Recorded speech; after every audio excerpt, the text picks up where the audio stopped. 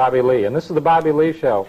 And today we have with us a very special guest. His name is Eustace Mullins. We have this book that Eustace Mullins wrote. It's called Murder by Injection, the story of the American medical conspiracy against America, against you and I. So it's Murder by Injection. Eustace Mullins, we're happy to have you with us today. Tell us a little bit about how did you come to write this book, Murder by Injection?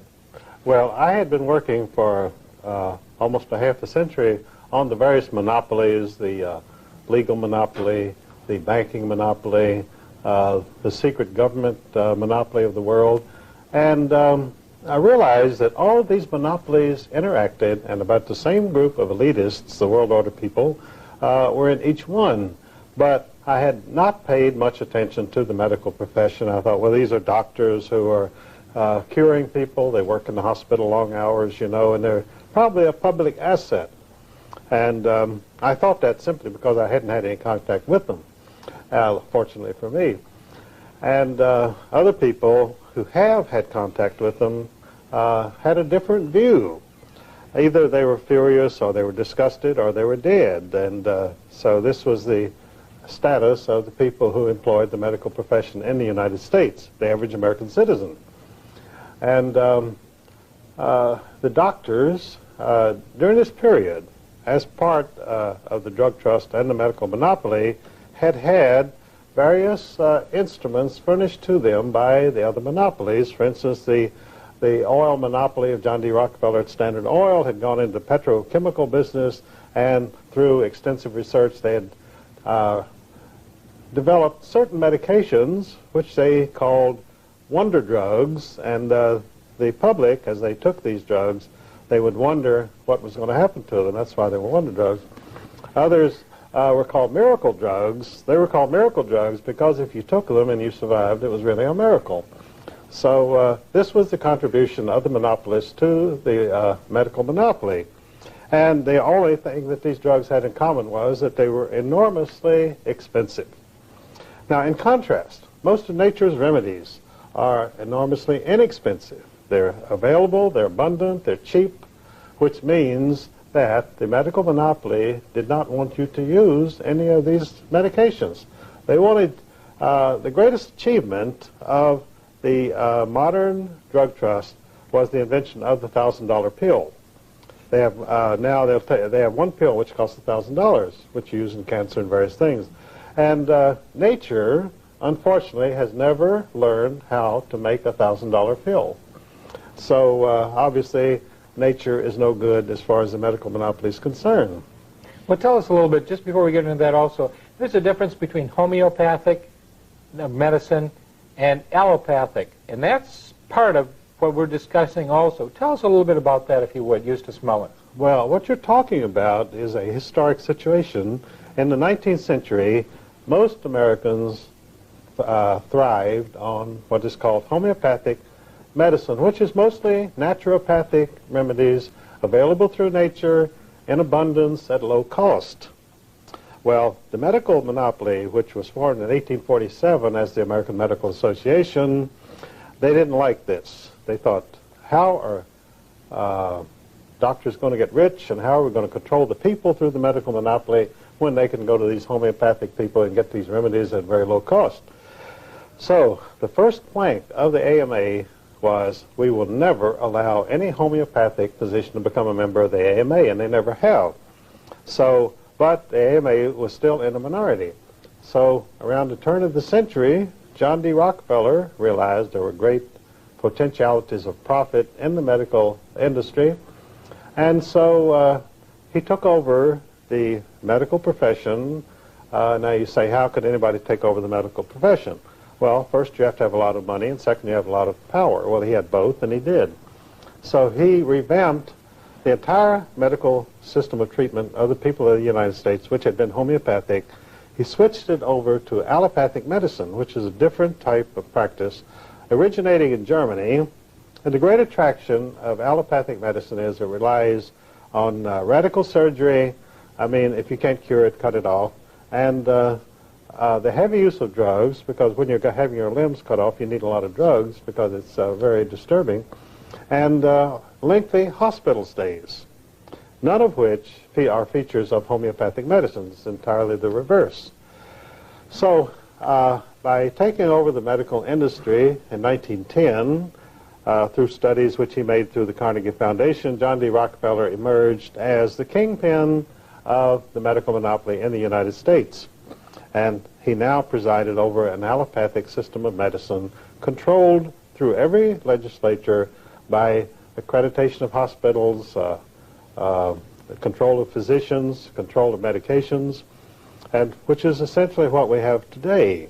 So from 1910, when this change was effected, right to the present day, the cost of health care has multiplied astronomically in the United States to the point where it is no longer available to most American citizens. So how did they counteract this? When they got us to the point where the average working man could not afford hospital care or the allopathic system of treatment, they set up an insurance industry, medical insurance. And through this, they were able to spread out the costs among everybody. And health insurance today is simply another tax on the American people. In fact, it functions through the Social Security system as a tax on the recipients of Social Security. They say, well, now that you've reached your senior citizen stamp, you have Social Security coming in, so then they jerk back a good portion of it as Medicare costs, which they raise every year. And so eventually, probably, Social Security and Medicare will be equal, so you'll get a check every month, which will be 000. They say, well, here's your Social Security check, but we've deducted your Medicare costs, and so now you get zero. And it's funneled into the Rockefeller-style monopoly, whoever is involved in it. Oh, all of the money from the health industry goes into the medical monopoly and the drug trust. Interestingly enough, the Rockefellers control every major drug company in the world, and now when I say control, I mean directly. They have, among the directors and officials of each of the 18 largest drug companies in the world, they have men from Chase Manhattan Bank, from the Exxon oil company, and so forth. So they're right there. Their names, I have all their names in my book, Murder by Injection. And with this kind of control and the monopoly, they have been jacking up the health costs on the American people monthly, not yearly, but monthly. Mm-hmm. Well, $666 billion last year. That was a lot of money for this country to spend on health, and we're spending twice what many of the free world countries are spending. Japan and Germany, we're almost spending twice. And you say that this is part of the monopoly, and that's part of the reason that we're spending so much?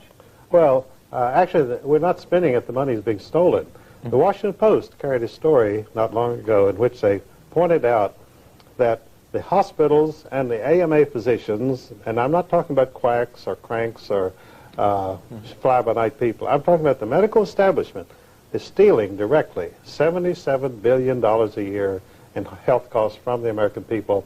And does the Washington Post offer any solution to this? No, they say by 1995, the amount of theft will be more than $100 billion a year, stolen directly, plus all the other money that they get.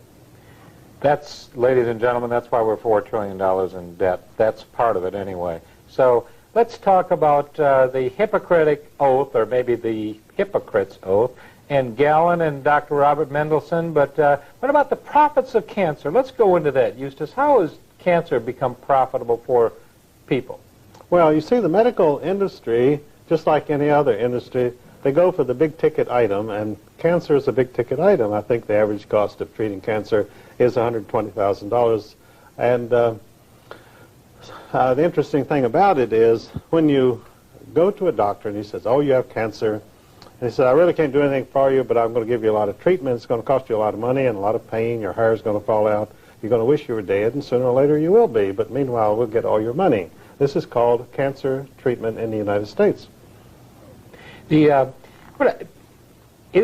did this start? How did this come about? Let's talk about radium before, because I think radium was one of the first cures, supposedly. Who developed the radium treatments? And tell us a little bit about that, if you would, Eustace Mullins. Well, you know, there's a Frankenstein, Dr. Frankenstein aspect to modern medicine. where you have all of these mysterious machines throwing out various beams of light and radiation and so forth. And the person who's doing this, of course, is hopelessly insane. And when you go into modern treatment, you pretty much find that you're in a Frankenstein environment. And you have to be pretty much insane to well, participate. You wish you were insane, because if you're still conscious, it's pretty hard to endure what they put you through. And so modern cancer treatment originated with a doctor from South Carolina named Sims. And Dr. Sims apparently was just a common run-of-the-mill sadist. And he liked to operate on people not because he wanted to cure anything, but just to be cutting them up and, you know, having good, clean fun. And so the people in South Carolina, after they got onto him, they wouldn't let him touch them anymore. So he was reduced. He had to go and buy a slave girl. This is before the Civil War. He had to buy a slave girl for $500 so that he could cut her up. And then the people in the area were so outraged by what he was doing that they ran him out of town. So he went to New York, where his peculiarities would be less obvious, and he started a cancer hospital up there, and which was called Women's Hospital, and this was financed by a very wealthy lady named Melissa Phelps Dodge of the Phelps Dodge fortune, a great mining fortune. And so he ran this hospital for a while, and again the rumors started to creep out that there was a lot of torture and sadism going on in this hospital. I mean, you know, he didn't give up all of his fun just because he went to New York. That's where you go to have fun. And so he was going great guns. And so everybody at the hospital rebelled and said, get rid of Dr. Sims or we aren't coming back here anymore. Well, his wealthy patron, you know, they don't like for their lackeys to be criticized. So she ignored them all, and he continued. And this hospital later became a Memorial Hospital, and then it was financed by a relative of hers named James S. Douglas of the Phelps Dodge Mining Corporation, and he was called the Copper King. Well, in his mining interests in Arizona, he had come across a lot of uranium, which he also mined, and he became fascinated with the possibilities of radium as a treatment of various diseases. So he experimented on his wife and daughter until they both died of radium poisoning, and he continued to experiment on himself, and he also died of radium poisoning. And so Memorial Hospital then was continued. The fact that all these people had died didn't discourage the doctors at all. I mean, the fact that the treatment kills you never has discouraged any doctor yet. And in fact, they say, well, he got a lot of relief, didn't he? And so then it became from Memorial Hospital, the name changed to Sloan Kettering after the great two automobile manufacturers, Alfred P. Sloan of General Motors and Charles Kettering, who invented the battery and the electrical system of the automobile. And their fortune was funneled into this Memorial Sloan Kettering Hospital, which became the center of cancer treatment of the entire world. I call it the Cancer Mausoleum there in New York City. And it looks like an old Egyptian mausoleum. So even though it had the names of Sloan Kettering on it, it was taken over entirely by the Rockefellers. Lawrence Rockefeller's on the board, and various of their people from Chase Manhattan Bank. When you read, and I have the list of directors of Sloan Kettering in my book, each one of them has a direct Rockefeller connection. All the cancer treatment in the United States stems from the work done at Sloan Kettering. And it's still principally based on radiation and on chemotherapy and radical surgery. And in fact, they had one treatment there which consisted of chopping the whole lower part of the body off on the theory that that would stop cancer.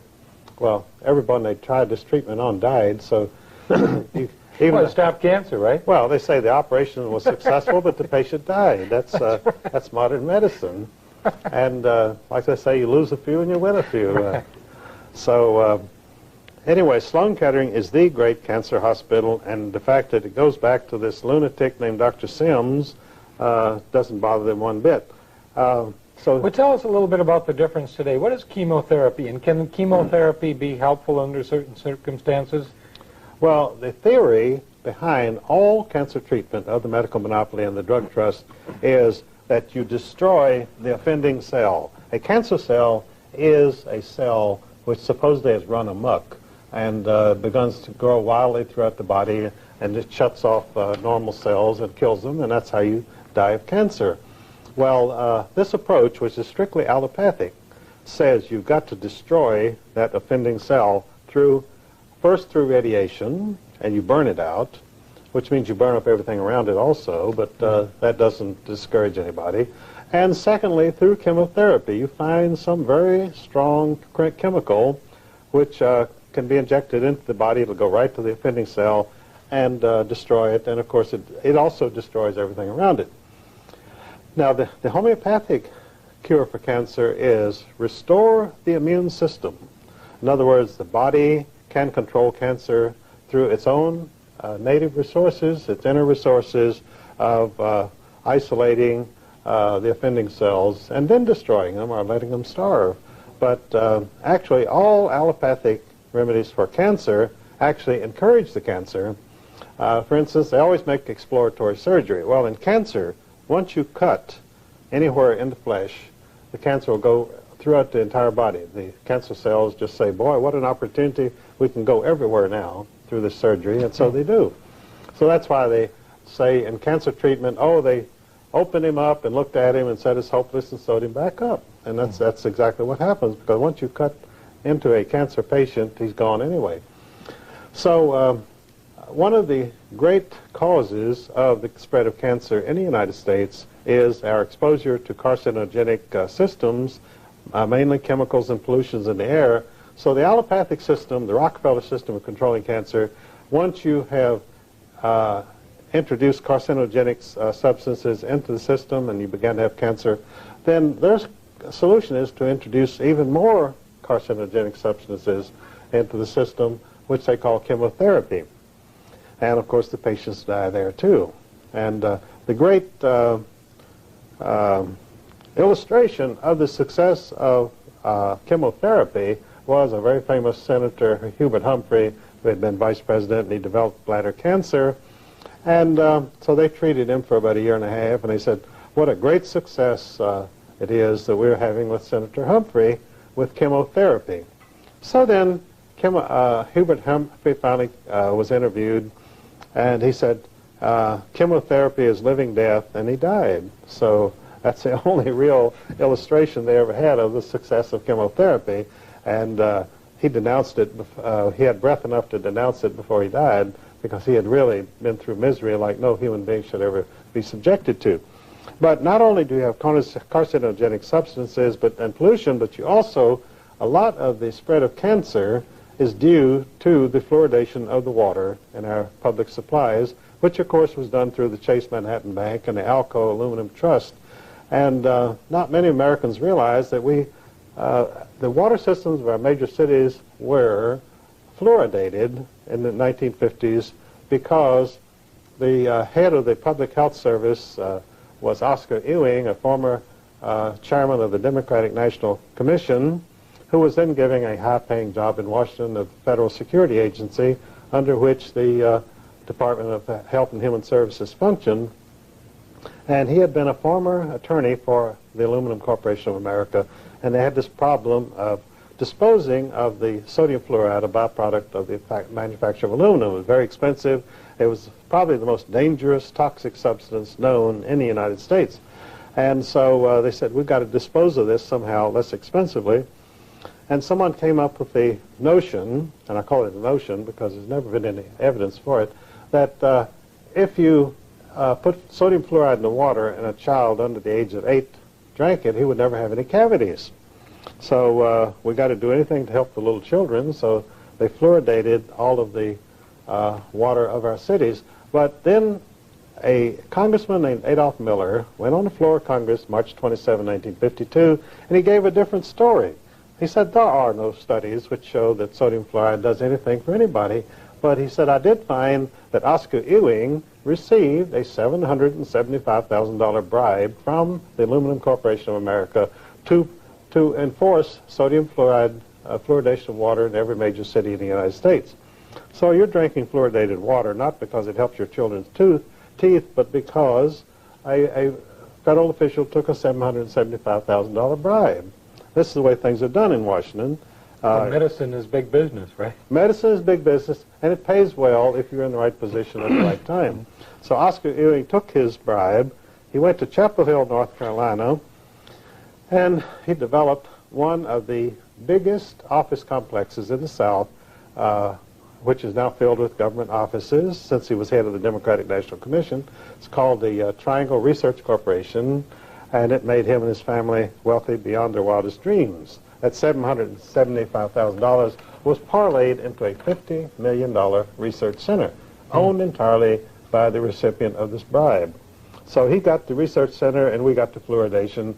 And the fluoridated water, one of the effects of this on the human system is it damages the immune system. In other words, your immune system, if you have been drinking fluoridated water over a period of time, 2 years or 10 years or so what, it loses its effectiveness. So it's no longer able to combat illnesses, particularly pernicious diseases and ailments like cancer.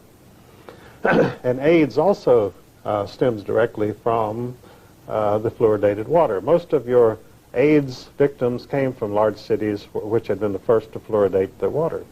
So because of the immune system, it made it more susceptible? More susceptible to AIDS. Now, the AIDS virus supposedly attacks the immune system, but the immune system has already been under attack for a long time from the person who's been drinking fluoridated water. So, really what has happened when you get HIV virus is that it attacks an already weakened immune system. And so this is the real explanation of AIDS, and not because a little green monkey supposedly got together with a woman in the heart of Africa in some village, and suddenly everybody came down with AIDS all over the world. But, you know, the drug trust figures, tell them anything, they'll swallow it, because we've got the media, and we tell them this. Well, we've been swallowing enough drugs for a long time. Well, we have indeed, yes. Yeah, it's like we have been perpetually drugged over the last 50 years, regardless. But the drug trust and the Rockefellers, their treatment for cancer is called the cut, slash, and burn technique of curing. And, of course, it's sure death. It's a slow death. I mean, it's like the old Indians, you know, when they would capture you on the frontier in the early days of this country, and they would stake you out and torture you for 4 or 5 days, or as long as you could last. Well, the doctors do the same thing when they diagnose cancer. That means you're in for a really long period of torture until you finally succumb. What about the Cancer Society itself? I mean, people give a lot of money to the Cancer Society. Is that beneficial for them to do so? Well, they have these annual cancer drives in which the people in all the small towns of America are forced to go out and collect money for the American Cancer Society, and I describe that as the little people collecting money for the big rich. American Cancer Society is a big rich organization, and if you remember that it was founded at the Union League Club in New York City, the wealthiest club in New York, by John D. Rockefeller Jr. See, John D. Rockefeller Jr. was a great philanthropist, and he said, we're going to do something about cancer, so I am founding and I'm putting up the money for the American Cancer Society. See, the Rockefeller family has had a long-term commitment to cancer. See, the founder of the dynasty, old John D.'s father, William Rockefeller, was a carnival sideshow barker who sold bottles of mineral oil for $5 a piece, and he advertised himself as the great cancer specialist. And so he sold these all up and down through Pennsylvania and Ohio when he wasn't running from the law, because he also was a very famous horse thief, and he also had 18 warrants out against him for rape. So just a very colorful character. And so John D. Rockefeller, his son, was just the opposite, because he was so horrified by his father's escapades, that he led a very bourgeois life, very quiet, very good family life, and devoted himself to making money. But he found out that at least his father had one asset, and that was that making money through cancer cures was a surefire thing. So the Rockefeller family today is the dynasty which is behind all the cancer treatment in the United States through the Sloan Kettering Cancer Mausoleum of New York City. Well, What would you do, Eustace, if one of your very, very close relatives or friends had cancer? Would you just, where do you go? Do you go to the hospital? Do you have a checkup, or do you eat apricot juice, or what? Well, I have a relative who has cancer, has had it for 5 years. And unfortunately, he went the whole route. First he had 25 radiation treatments, then he had 34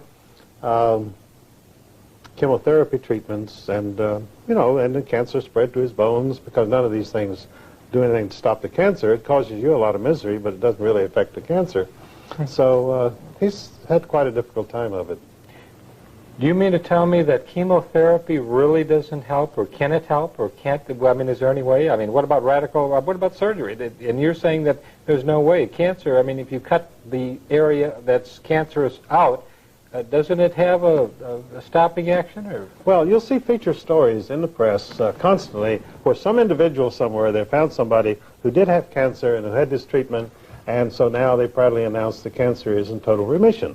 In other words, there is no cancer there.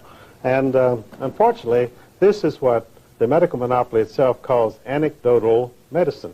In other words, you tell a story about something that happened to your grandfather or your nephew or somebody, and that the cancer went into remission. But there's absolutely no scientific basis for any of these claims. And the story that the medical monopoly puts out is this person was diagnosed as having cancer, and they went to the hospital and they had radiation or chemotherapy, and the cancer went into remission, and they've lived happily ever after. But there again, you have absolutely no way of evaluating this hype which is in the media. I want to personally thank one of America's #1 patriots, Mr. Eustace Mullins, for his courage in being able to author a book of such significance in the face of the dynasties, the syndicates, and the anti-middle class establishment. Eustace, I thank you so much for being with us today. God bless you, and I want you back on the Bobby Lee Show soon. Thank you, Bobby Lee. I'll look forward to it.